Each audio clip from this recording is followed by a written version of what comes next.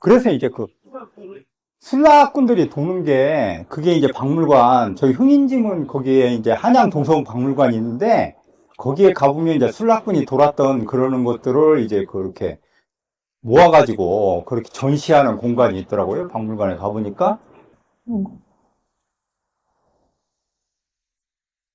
이렇게 들고 가는 등을 만들었어요. 등. 조족등이라고 하는데 그 안에 이제 불을 넣고 횃불을 이렇게 초월할지 이런 걸 넣어서 그게 흔들리는데 이렇게 흔드는데도 잘 꺼지지 않게 만들어가지고 아주 그 실용적으로 만들어서 그렇게 들고 다니는 그게 이제 술락꾼들이 들었던 조족등 이런 것도 갖춰놓고 이 종이 이제 전체 이제 한양 도성들이 알아야 되잖아요. 28번 종을 치다고 우리가 얘기하는데 이게 이제 그 종소리나 북소리가 한계가 있잖아요. 네네네.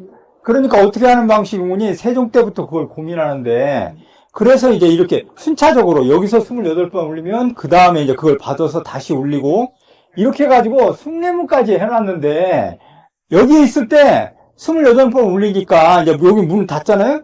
근데 이제 숭례문까지 가면 한참 있다가 이제 거기서 또 나는 거야. 그러니까 이제 혼선이 온다 이래가지고 그런 지역은 없앴는데 중요한 지역 18곳을 이제 선정해가지고 그렇게 계속 받아서 이렇게 그걸 치게 만드는 이런 방식으로 했어요.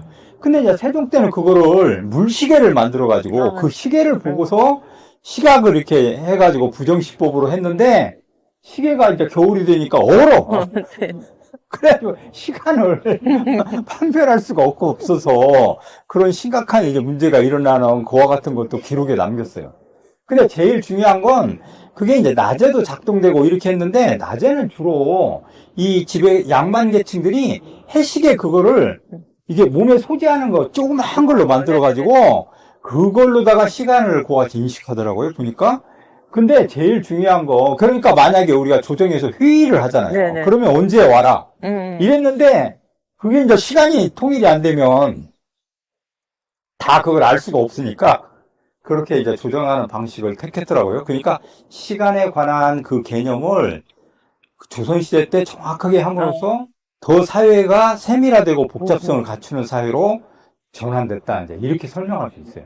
그러니까 그게 아무것도 아닌 것 같지만 시간을 다 모든 사람들이 공감하고 그걸 똑같이 이렇게 공유한다는 거는 굉장히 뭐 어떤 생산성이나 이런 거에 있어서 획기적인 발전과 그 다음에 정치를 하거나 모든 그와 같은 것을 할 때 표준화되어 있기 때문에 효율적으로 처리할 수 있는 이런 방식이 된다는 겁니다.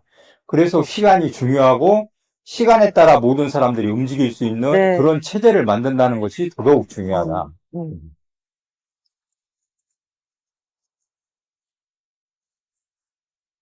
조선시대 순회하여 살피는 순작제가 가시화된 것은 조선 건국과 동시에 이루어진 것이라 할 수 있다. 조선 왕조의 수성을 중시했던 핵심 지식인층이 순작제를 법제화하여 사회적 규율로 자리매김하였다. 시간 통제의 정책은 단순하게 이해하면 간단한 규정이지만 시간 개념을 백성에게 이해시키는데 가장 효과적인 수단이었다. 이에 따라 조선 일반 백성은 낮과 밤의 생산 활동을 시간에 맞추어 적응할 수밖에 없었다. 사회적 기능에서 보면 시간의 표준화로 인해 생산성이 증대하고 인간관계에서도 정확성이 기해졌다. 그러니까 우리가 이 궁궐에서 보면 좌묘우사. 좌묘니까 네. 그게 이제 종묘를 가리키는 거거든요. 그래서 이제 그 왕이 대개 이제 그 어가를 동원해가지고 종묘로 와서 그렇게 이제 배례를 할 때는 굉장히 이 술라를 강화해가지고 술라들이 엄격하게 이렇게 하는 건데 실제로 그 조선왕조실록에는 술라 그게 이제 그 효율이 없다고 효과가 없다고 이제 그렇게 외국관이 한방의 장교와 12명쯤의 이제 그 경졸이 이렇게 이제 구성해가지고 이걸 딱딱 치면서 그렇게 이제 이동을 해요. 그러니까 이제 도적들이 여기서 나왔다가 그게 소리를 듣고 다 도망간다는 거야.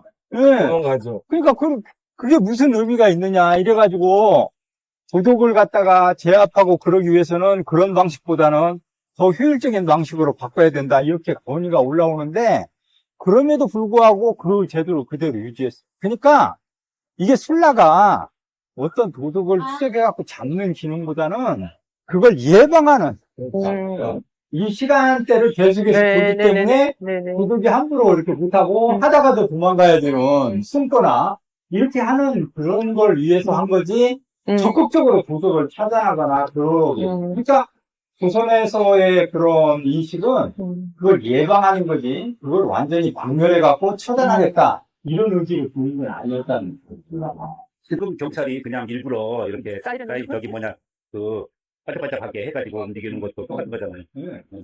그러니까 그렇게 예방을 할 정도면 그 범죄랄지 이러는 것들이 적었다고 우리가 얘기할 수 있고 지금도 경찰들이 그 예방 차원에서 하는 거지 그쪽을 우리가 막 잡아갖고 추적하는 건 별로 없는 것 같아요. 그러니까 뭐 제가 갔던 경찰서 가서 깜짝 놀랐는데 그분들이 다 그 컴퓨터 앞에 앉아서 그거 다 연구하고 있지.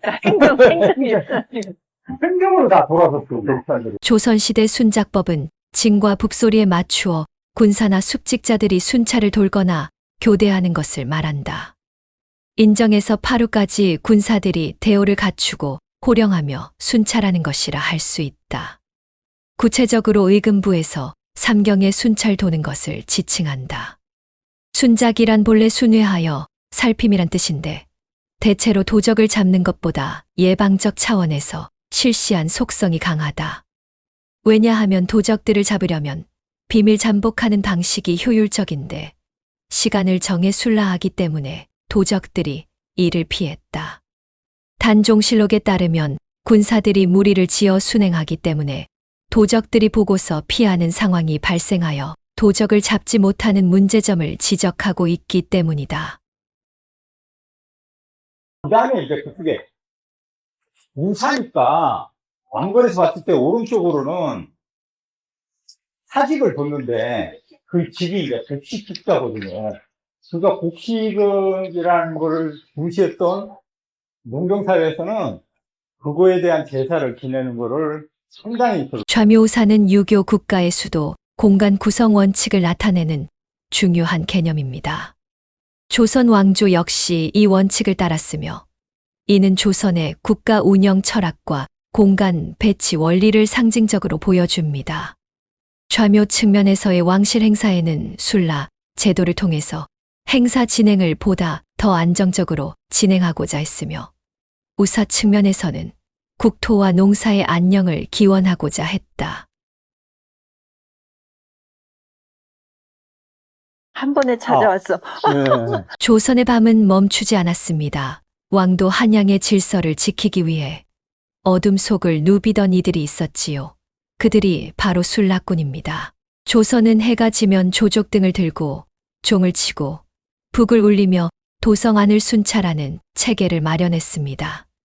세종 때에는 시간의 오차를 줄이기 위해 종소리를 28번 울리고 이를 도심 18개 지점에 이어 울리는 연쇄 신호 체계까지 만들었지요. 하지만 순라의 목적은 단순한 검거가 아니었습니다. 도둑이 활동하지 못하게 예방하고 시간을 기준으로 사회를 통제하려는 것이었죠. 종묘의 왕이 나아갈 때, 사직단에 제례를 올릴 때도 순라는 질서와 권위의 상징처럼 움직였습니다. 순라는 단순한 야간 순찰이 아닌 시간과 공간을 통해 권력을 구현한 조선의 통치 장치였습니다.